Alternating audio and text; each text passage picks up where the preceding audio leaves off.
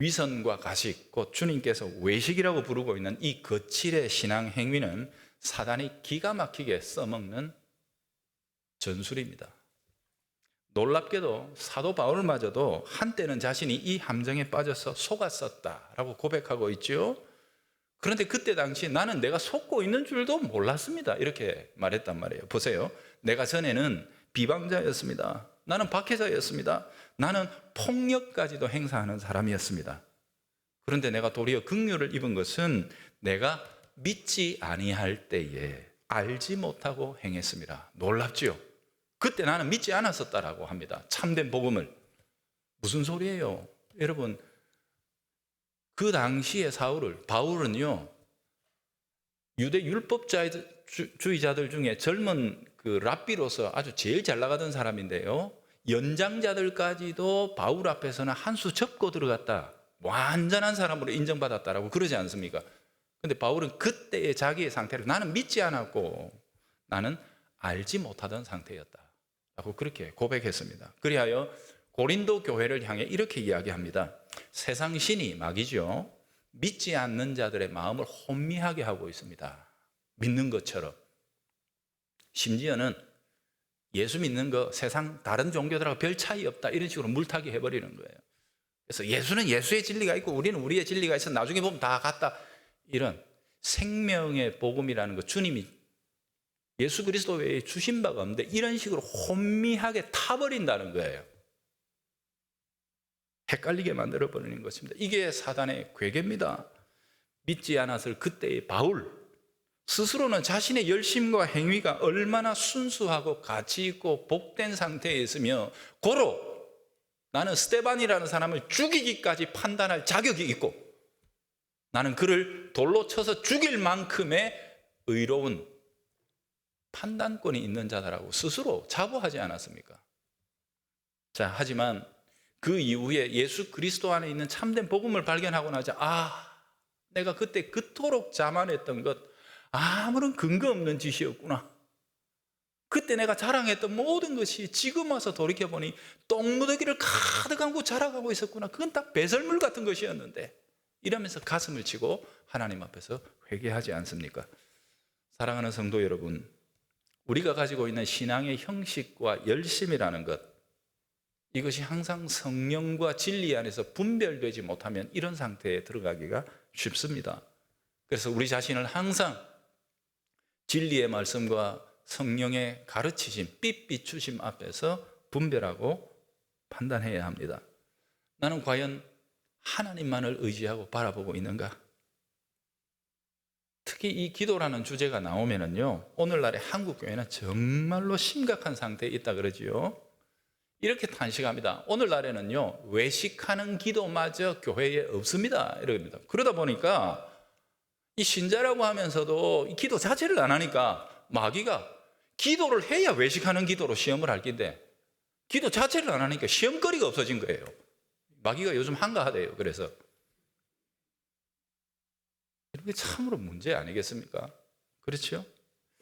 여러분, 우리 스스로 정직하게 한번 대답해 보십시다. 과연 하루에 얼마만큼이나 바로 내가 살아가는 그 일상 속에서 하나님의 도우심을 구하고 주님이 나와 동행해 주시기를 기도하고 있습니까?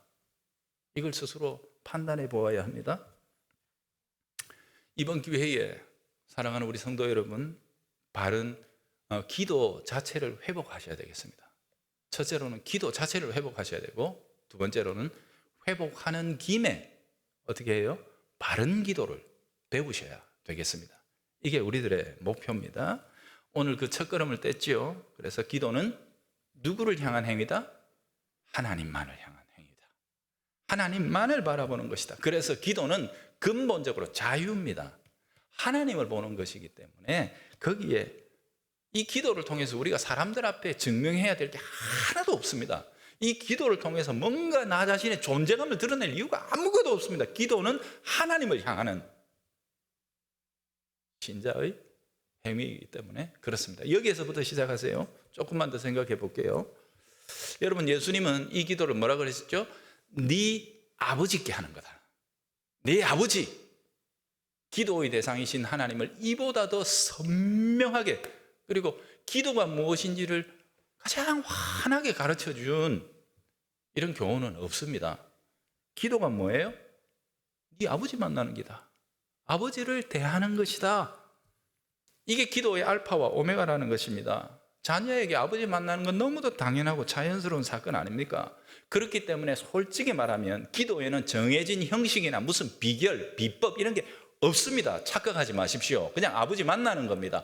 단 하나 있다면 그것은 기도의 모범이 있습니다. 그게 뭐예요? 우리가 좀 있으면 배울 주기도입니다. 모범, 그거 하나만 있을 뿐이지 기도에 무슨 비법이나 이런 거 없습니다. 우리가 나중에 이 주기도를 배우면 알게 될 것입니다. 아버지와 함께 나누는 시간일 뿐입니다. 우리 육신의 아버지도 우리가 그렇게 알게 됐어요. 아버지 품에서 자라는 게 그게 기도예요. 영적으로 전환해서 보면 아버지를 대하다 보면 아버지에게 익숙해집니다. 그래서 우리 아버지에게 통하는 방식이 뭔지를 알게 돼요. 그래서 자녀가 어떻게 돼요? 점점 아버지의 가치관과 같아지고 아버지가 원하는 방식으로 맞추어 자라게 되죠. 그걸 성장이라고 하는 것입니다. 아버지와 사귀는 일에 점점 익숙하게 돼요. 저희 아이들도 그랬어요. 어릴 때는 무조건 지가 원하는 것 가지고 생떼를 쓰다가 조금 자라면 떼 쓴다고 될 문제는 아닌 것 같다. 우리 아빠한테 잘 통하는 방법이 있더라. 요걸 알아가는 게 뭐예요? 그게 성장이에요. 그러니까 자꾸 아버지를 경험하면서 아버지의 방식과 수준에 그리고 아버지의 그 관점에 익숙하게 되면 그게 자녀가 자라는 거예요. 그래서 지금은요 때때로 저를 가지고 놉니다. 제가 좋아하는 게 뭔지를 알기 때문에 어떻게 하면 아버지를 움직일 수 있다는 것을 알기 때문에 이제 그게 기도에서 성장하는 거예요. 아버지와 익숙해지는 거예요. 따라서 이게 기도다라고 저는 말씀을 드려요.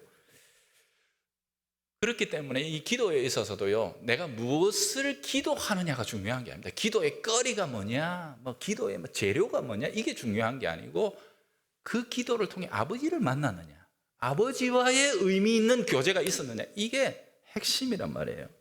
그러니까 일단은 어떻게 해요? 자주 만나야 되는 겁니다. 그래서 기도 많이 하시라고 한 겁니다. 기도를 배울 수 있는 유일한 길은 뭐예요? 공부하는 것도 있지만 그건 나중에 우리가 좀 살펴볼 거지만 기도하는 겁니다. 기도를 하면서 기도를 배웁니다. 아이들이 아버지를 대하면서 어떤 거는 지가 아무리 다급해도 아버지가 숨이 넘어가도 안 해줘. 이거는 안 통하는구나. 몇 번 깔딱깔딱 넘어가다가 이거는 안 통하는구나 하면 안 써먹어요. 그런 식으로 점점 변해가는 겁니다. 그러면서 아버지 활용법을 아는 거지요. 그게 기도예요. 기도. 우리 아버지하고 친해지는 겁니다. 바로 이 측면이 주님께서 경계해 주고 계시는 절대로 해서는 안 되는 두 번째 기도의 모습과 관련이 있어요. 그게 뭐라고 설명하셨죠? 이방인의 기도입니다. 이방인들은 기도를 어떻게 생각했느냐? 인간이 신을 감동시켜서 인간이 원하는 대로 신이 신통력을 발휘하도록 만드는 것, 유도하는 것, 이게 기도라고 생각을 했어요. 보세요. 그러니까 이방인들의 기도는 신의 수준의 인간이 자라는 성장이 필요합니까? 필요 없습니다. 신에게서 신통력만 뽑아내면 되니까 내가 원하는 그 욕구를 충족시키기 위해 신에게서 신통력을 뽑아내리는 겁니다. 그러니까 신을 자기의 욕구 아래로 복종시키는 겁니다. 이방인의 기도는 신을 노예화하는 것입니다. 제가 그거 10계명의 제2계명에서 제법 많이 다루어 놨습니다. 책을 읽으신 분들은 대충 감을 잡으실 것입니다. 그러나 우리 기독교의 기도는 뭡니까? 아버지를 대하면서 인간이 점점 아버지의 수준으로 올라가는 겁니다. 그러다 보니까 기도를 점점 하면서 소원이 달라져요. 원하는 수준이 자꾸 바뀌어요. 옛날에는 단 거, 달달한 거 이런 거 좋아했는데 점점 자라면서 쓴 것도 먹게 되고 단단한 것들도 받아들이게 되고 그러면서 기도하면서 성숙하게 되는 것입니다. 자, 보세요. 주님이 두 가지 기도를 금하셨는데 첫 번째 외식하는 기도가 하나님을 의식하지 않고 사람에게 초점을 맞추는 것이라면 이 이방인의 기도는 뭐예요? 하나님을 목적으로 하지 않고 하나님의 신통력을 끌어내리려고 하는, 하나님을 내 뜻대로 부려먹으려고 하는 태도를 주님은 경계하신 것입니다. 그들에게는 애시당초 하나님 자신이 기도의 목적이 아니에요. 하나님 만나러 간 게 아니고 하나님이 발휘할 수 있는 능력, 하나님이 줄 수 있는 것들, 그게 목적이었을 뿐이에요. 하나님과의 인격적인 교제가 목적이 아니고 내 소원 성취가 목적입니다. 그러니 그들은 기도를 뭐라고 생각해요? 신을 부리는 비법으로 생각하는 거예요. 수리수리 마수리, 금 나와라 뚝딱, 도깨비 방망이 흔드는 이런 형태가 되는 것이죠. 예수님은 이방인들이 그 방법으로 어떤 걸 쓴다고 그랬죠? 중언부언한다 그랬습니다. 이 중언부언은 말 위에 말을 자꾸 쌓아나간다는 뜻이 많이 한다는 뜻입니다. 열정적으로 한다는 뜻입니다. 해도 크게 한다는 뜻입니다. 무슨 100만 명 기도 운동해서 뭐 이러는 식으로 말해요. 이런 식의 하는 거예요. 물론 제가 그런 것들에 대해서 폄하하는 것은 아닙니다만 할 때 굉장히 조심하면서 우리가 접근해야 된단 말이에요. 이런 일들을 할 때는요. 어쨌든 많이 하면 되는 것 아니냐. 신이 감동해서 마침내 그 신통력을 발휘할 때까지 인간이 성의를 보이면 된다. 이게 한국 사람들에게 익숙해요. 뭐죠? 지성이면 감천이다. 결국에는 기도자가 신을 움직일 수 있다는 생각이 그 속에 들어있는 거란 말입니다. 이런 생각은요, 이런 생각을 품고 있으면 진짜 열심히 할 수 있어요. 왜? 움직여낼 수 있다고 생각하기 때문에. 그래서 열심히 하는 거예요. 열왕기상 18장에 보면 갈멜산에서 엘리야와 바알의 선지자 750인입니까? 대결을 벌이는 장면이 나오죠. 바알의 선지자들 어떻게 했죠? 그 때로 모여가지고 아침부터 낮까지 열광적으로 기도를 했는데도 반응이 없자 이제는 어떻게 합니까? 서서 벌떡벌떡 뛰기 시작합니다. 그래도 낌새가 없으니까 나중엔 돌과 칼로 창으로 어떻게 해요? 몸을 상하에 피를 철철철 흘리면서 이런 걸 보고도 감동하네. 내가 돌로 내 머리를 찧어가지고 피를 철철 흘리면서 신이야 하고 부르짖는데 내가 이렇게 열정적으로 하는데도 감동하네? 이러면서 기도하는 모습들을 보여주고 있죠. 이 정도 하면 신을 움직일 수 있다라고 인간이 정한 방식. 그게 이방인들의 기도입니다. 아주 열정적이지만 그 진짜 중심은 지극히 세속적인 중심이에요. 그들은 신께 구하는 것이 아니라 신의 뜻을 찾는 것이 아니라 신을 부려먹으려는 것입니다. 내 뜻을 신에게 강요하는 것입니다. 사실상 한국교회 안에서도요, 기도를 이런 식으로 오해하고 있는 경우가 굉장히 많이 있어요. 사랑하는 여러분, 우리 자신이 이런 측면이 조금이라도 있다면 물론 우리가 우리의 간절한 소원을 하나님 앞에 있는 그대로 다 내어놓을 수 있습니다. 제가 그 자유를 지금 부정하는 것이 아닙니다. 중심 잘 판단하고 생각하셔야 됩니다. 기독교 서점에 가면 기도의 비법, 응답받는 기도의 비결 이러면서 뭔가 기도 행위 자체에 어떤 특별한 묘수가 있는 것처럼 한데 이게 완전히 착각이라는 거예요. 기도의 본질에서부터 한참을 벗어났다는 거죠. 근데 그런 책들이 잘 팔려요. 그래가지고 효험 봤다 이러면서 밑에 간증 비슷한 거 막 해놓으니까 그런 것들이 우리를 학습시켜가지고 기도라는 것 자체에 대한 오해를 불러일으키고 말았단 말이에요. 웬만한 교회들 가보면은요, 기도자들, 자기들은 소위 우리 은혜자들이 뭐 이런 사람들이 있습니다. 야, 우리 교회는 없지요. 없기를 바랍니다. 여러분, 이런 일들이 한국 교회 안에 꽤 많이 있는데도 불구하고 이걸 불편한 현실로 느끼지 못하고 있는 것, 이게 문제입니다. 우리 교회는 앞으로 이런 일들을 정확하게 분별하고 이런 일들이 일어나게 될 때 직분자들부터가 아주 경계심을 가지고 이런 것들을 분별할 수 있어야 될 것입니다. 얼마나 심각하고 위중한 오해인지 모릅니다. 한국 교회 역사가 지금 근 한 200년 이상 돼 가고 있는데도 불구하고 영적인 성숙, 신학적 성숙은 어디에까지 이르렀는가? 이런 부분에 있어서는 우리가 깊이 반성해 볼 필요가 있는 거죠. 기도는요, 인간이 원하는 결과를 만들어내기 위한 비법이 아닙니다. 우리가 그분의 뜻을 알고 그분의 약속을 붙들고 순종할 수 있도록 우리를 인도해 주시는 하나님의 선물입니다. 그걸 아셔야 돼요. 어차피 이제 주기도를 우리가 곧 배울 겁니다. 주기도는요, 주님의 기도입니다. 참 아드님이신 예수님만이 드릴 수 있는 기도예요. 거기에 보면 기도의 핵심 뭐예요? 아버지하고 주고받고 있잖아요. 아버지의 영광, 아버지가 영광을 받으셔야 되겠습니다. 아버지의 이름이 높아져야 되겠습니다. 아버지의 뜻과 나라가 이루어져야 되겠습니다. 아들이 막 그러면 아버지는 어떻게 합니까? 일용할 양식을 주마, 죄의 문제를 해결해 주마. 그러면서 아버지와 아들이 깊이 교제하고 있는 내용이 주기도의 핵심 내용이에요. 아버지는 아들을 돌보고 보살피며 아들은 아버지의 영광을 위해 모든 것들을 행하는 기도, 그게 아들의 기도입니다. 아들. 참 아드님이신 예수님께서는 자기를 낮추어 이 땅에 오셔서 그 아버지의 나라와 뜻과 영광을 위해 십자가에 죽기까지 하시죠. 아버지는 그 아들을 높여 지극히 높여 영광을 주십니다. 이 모든 비밀이 그 주기도 안에 들어 있습니다. 기도의 삶, 참 아드님이신 예수님이 아버지와 나누셨던 그 기도의 삶 속에 그 모든 인생의 비밀들이 다 담겨 있단 말이에요. 근데 주님은 이래요. 야, 이 기도 너희한테 줄게. 이 기도를 너희한테 준다. 너희도 이 아들의 기도를 드리는 하나님의 아들들이 될 것이다. 그렇게 해서 우리에게 주신 것이 주기도입니다. 주기도.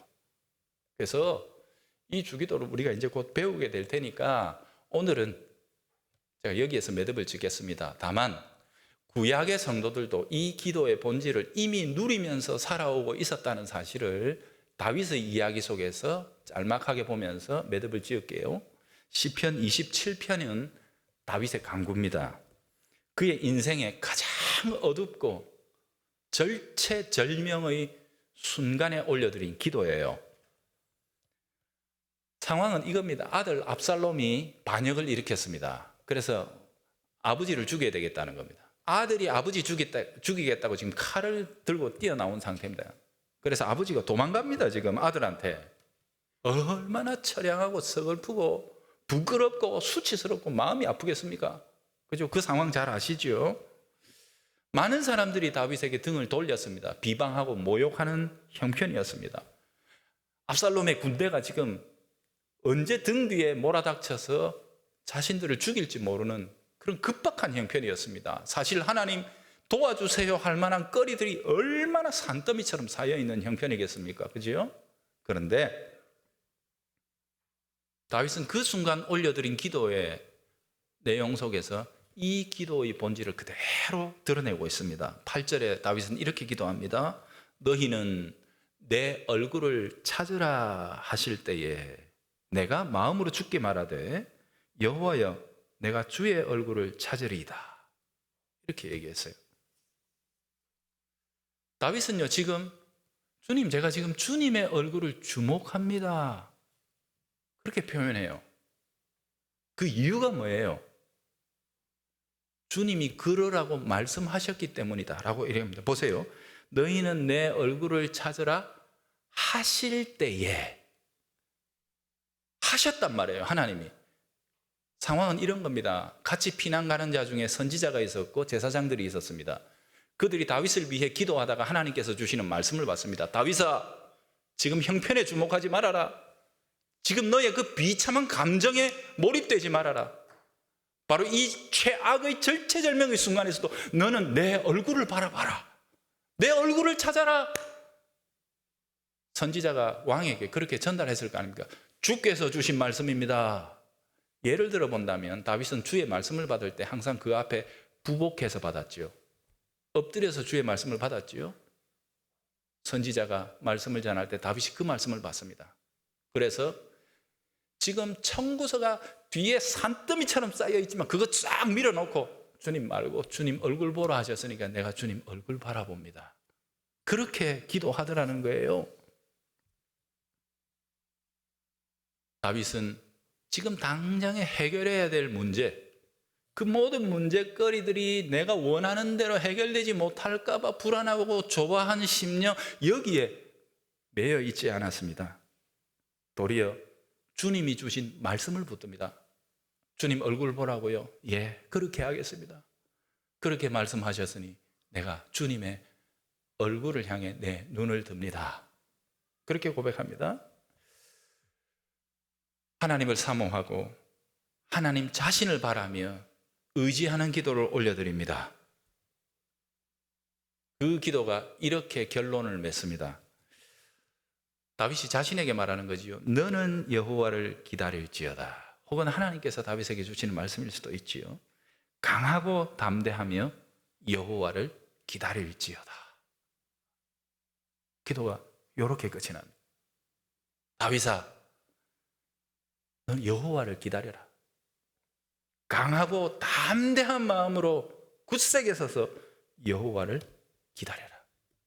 여러분, 이런 겁니다. 지금 문제가 산더미처럼 몰려와가지고 당장에 그 하나하나만 봐도 감당 못해서 내가 깔려 죽을 판인데, 그 문제 앞에서 하나님을 다 쳐다봅니다. 이 문제 해결해 주세요. 이 문제가 문제야가 아니라 하나님을 딱 쳐다보고 나니까 하나님의 얼굴에 다윗을 대신하여 그 모든 문제들을 처리하실 하나님의 은혜와 자비와 하나님의 뜻이 보입니다.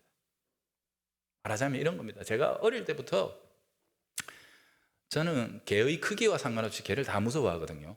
어릴 때부터 그랬습니다. 근데 무서워하지 않을 때가 있어요. 언제죠? 아빠 손잡고 갈 때. 안 무서웠어요. 그래서 개가 나타나면 아빠 얼굴 봤습니다. 아빠가 겁내나 안 겁내나 이게 중요하거든요. 그죠? 똑같습니다. 다윗은 그때 비밀을 알았던 것입니다. 이 문제에 몰입될 것이 아니라 이 문제보다 크신 아빠 하나님께 내 눈을 맞추면, 아버지께서 나를 홀로 두지 아니하시고 내 앞서 행하시며 이 모든 일들 가운데서 나를 건져 구원하실 것임을 믿고 담대한 것입니다. 이 신앙을 가진 자들은 홍해 앞에서도 기죽지 않습니다. 그 어떤 상황 가운데서도 그리스도인들의 마음을 꺾을 수 있는 것은 없습니다. 다윗은 이 비밀을 기도 속에서 보여주는 거죠. 여러분, 기도는요, 도깨비 방망이가 아닙니다. 기도는 알라딘의 요술 램프에 나오는 지니가 아닙니다. 요정 막 문지르면 튀어나와가지고 네가 원하는 게 뭐고 이렇게 물어보고 원하는 대로, 네가 원하는 대로 그게 무엇이든, 그죠? 나쁜 것도 이루어주는 그런 게 아닙니다. 내가 원하는 결과를 위해서 내가 열심내고 내가 몰입해서 마침내 하나님을 움직이도록 압박하는 것이 기도가 아닙니다. 그 어떤 상황이 몰려온다 할지라도 기도는 하나님의 얼굴에 내 시선을 맞추는 것입니다. 문제 덩어리와 함께 나 자신을 아버지의 품에 그냥 안겨드리는 것입니다. 그러면서 하나님, 내 원대로 마시고 아버지의 뜻대로 되기를 원합니다. 우리 주님 보이셨던 겟세마네의 기도, 그 기도처럼 우리도 나가는 것입니다. 성도 여러분, 우리가 기도를 배울 것입니다. 주님은 말씀하십니다. 바로 요 뒤에 주 기도를 가르쳐 주시죠. 너희는 이렇게 기도해라 하면서 기도를 가르쳐 주십니다.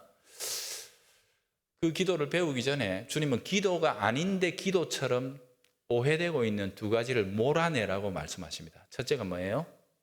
외식하는 기도. 둘째는 뭐예요? 이방인들의 기도. 그죠? 이 두 가지는 기도가 아닌데 너희들에게 기도처럼 자리 잡고 있으니까 먼저 이것을 몰아내라 라고 그렇게 말씀하셨습니다. 주님은 우리들에게 기도 잘 못해도 괜찮다, 능숙하지 않아도 된다, 그러나 바른 기도를 드려야 된다. 바른 기도의 첫 번째, 기도자의 중심입니다. 사랑하는 여러분, 기도의 행위 이전에 기도자의 마음의 중심입니다. 기도를 하는 목적 의식입니다. 주님은 그것 먼저 점검하라고 하셨죠. 너는 아버지를 향하고 있느냐? 어떤 것보다 아버지 자신에게 너의 눈을 맞추고 있느냐? 이것 가지고 이 한 주간 우리 자신을 한번 점검해 보세요. 점검해 보시면서 매일매일 나는 주님께 시선을 맞추고 이 문제에서도 문제가 아니라 주님을 바라보고 있는가, 나 자신을 지속적으로 점검하시다가 우리 다음 주에 만나도록 하겠습니다.